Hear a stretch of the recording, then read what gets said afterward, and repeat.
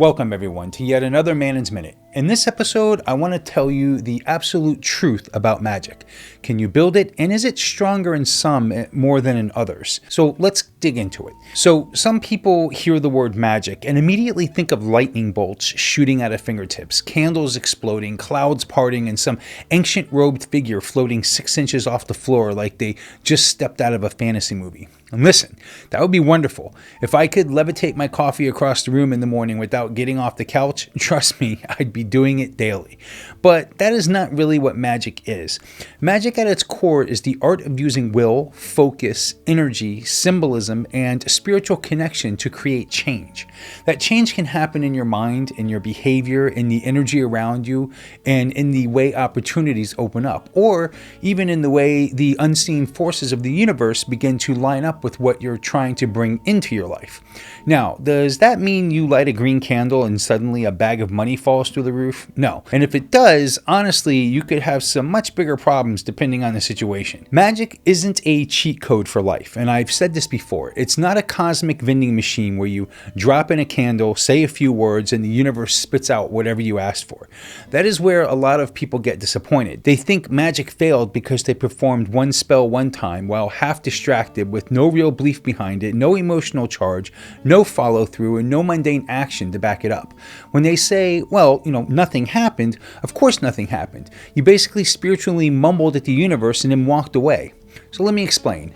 Magic works through connection. Connection to yourself, connection to your intention, connection to the energies you're working with, and connection to whatever powers you personally recognize, whether that is the gods, the ancestors, spirits, the elements, the universe, your higher self, or all of the above.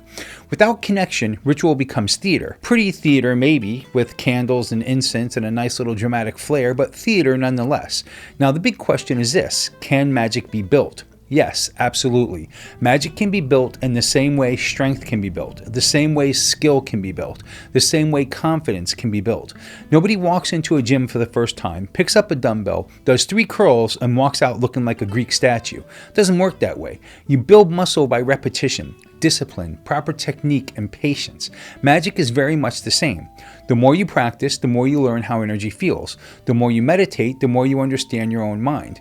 The more you cast circle, raise energy, speak with intention, use tools, call the quarters, ground, center, and observe results, the more your magical muscles begin to develop. At first, you may not feel much of anything. You may stand there with your hands over a candle wondering if you're doing anything at all, or if you're just waving your fingers around like a confused wizard at a birthday party. That's normal. Most beginners expect fireworks because they're new. What they usually get is a tiny spark, and because it's not dramatic enough, they miss it. But that tiny spark matters. That first moment where you feel a shift in the room, or your hands tingle, or your body gets warm, or your emotions suddenly sharpen, or you feel that air get heavy around you. That is the beginning. That is the doorway cracking open. You build magic by paying attention to those small things.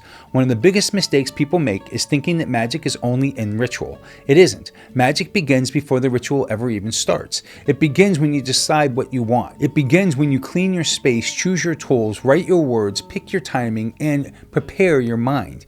It begins when you stop treating spell work like a quick errand and start treating it like an act of sacred intention. There's been numerous times that I personally have worked magic where I simply went out to buy, I got everything situated, I got it in my head, I'm definitely doing this. I went out to get a few things, candles and whatnot, a few items I didn't happen to have in my room, and in the end, I didn't actually do the spell, but it actually worked anyhow. Me even having the energy and kicking it off, and with all of that intention, the spell actually executed without me actually executing the spell the way I had it in my head. And yes, I said sacred. That does not mean it has to be stiff, boring, or loaded with fancy words nobody uses in real life. Sacred does not mean you have to suddenly talk like you swallowed a Renaissance fair handbook. Sacred simply means you're giving something your full respect and attention. That's it. Pretty simple. Now, is magic stronger in some people than in others? Yes, I personally believe it is. But before anyone starts a huge audible gasp, let me explain what I mean. I do not mean that some people are special, chosen, magical superheroes and everyone else is just spiritually useless. That's absolute nonsense. That kind of thinking is how people start acting like gatekeeping little goblins with incense burners.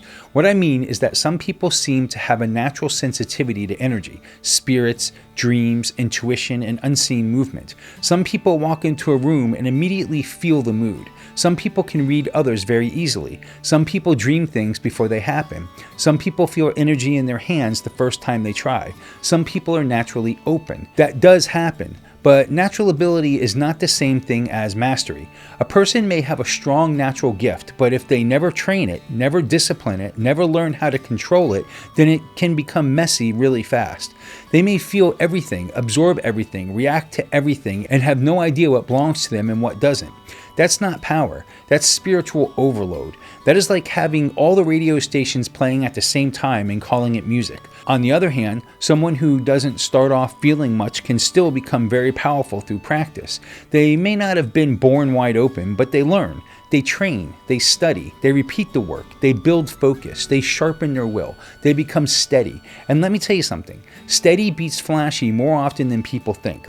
I would trust a grounded practitioner with 20 years of disciplined practice over someone who says, I was born with ancient powers and my aura is made of dragon fire, any day of the week. So calm down, Moonbeam. Let's see if you can ground without crying first. Magic is not just about raw power, it's about control. Think of fire. A wildfire is powerful, sure, but it destroys everything in its path. A candle flame is smaller, but it can be directed. It can light a room, bless a space, focus the mind, and carry intention. Bigger is not always better. Louder is not always stronger. Sometimes the most powerful magic is quiet, precise, and focused. So what actually makes magic stronger anyhow? First, belief matters, but not blind belief. I'm not talking about forcing yourself to pretend something's true when deep down you don't buy it. I'm talking about trust in the process. Trust built through experience. When you do a working, record it, observe it, and later see results, your trust grows. That trust becomes fuel. Second, emotion matters. Emotion is energy. A spell done with flat, empty words has very little force behind it, but a spell done with real desire, real need, real love, real anger, real grief, or real passion can carry a lot of power. Now, that does not mean you should be emotionally out of control during every spell. That can make things sloppy, but emotion, when harnessed properly, is a major engine behind magic. Third, focus matters. If your mind is bouncing between your spell, your grocery list, your phone notifications, and wondering what's for dinner, your energy's scattered. Focus gathers energy into one direction. That's why meditation, visualization, chanting, drumming, dancing, and repeated ritual actions are so useful. They pull the mind into the work. Fourth, practice matters. This is the part people hate because it sounds boring. Everybody wants the secret key. Everybody wants the hidden spell. Everybody wants the ancient forbidden technique. But half the time, the real answer is practice more, ground more, center more, raise energy more, journal your results. Learn what works for you, learn what doesn't. Do the work again and again. Wash, rinse, repeat. That's your big occult mystery. Fifth, relationship matters. If you work with gods, spirits, ancestors, or familiar forces, build a relationship with them. Don't just show up when you want something. Imagine someone only called you when they needed money, help moving, or a favor of some kind. After a while, you'd stop answering the phone. Spiritual relationships deserve respect too. Offer, speak, listen, honor, and show up. This is one of the truths about magic that many people miss. Magic is not only about commanding, it's also about cooperating. Sometimes you're not forcing the universe to bend. Sometimes you're stepping into rhythm with it. Sometimes the current's already moving and your job is to raise the sail.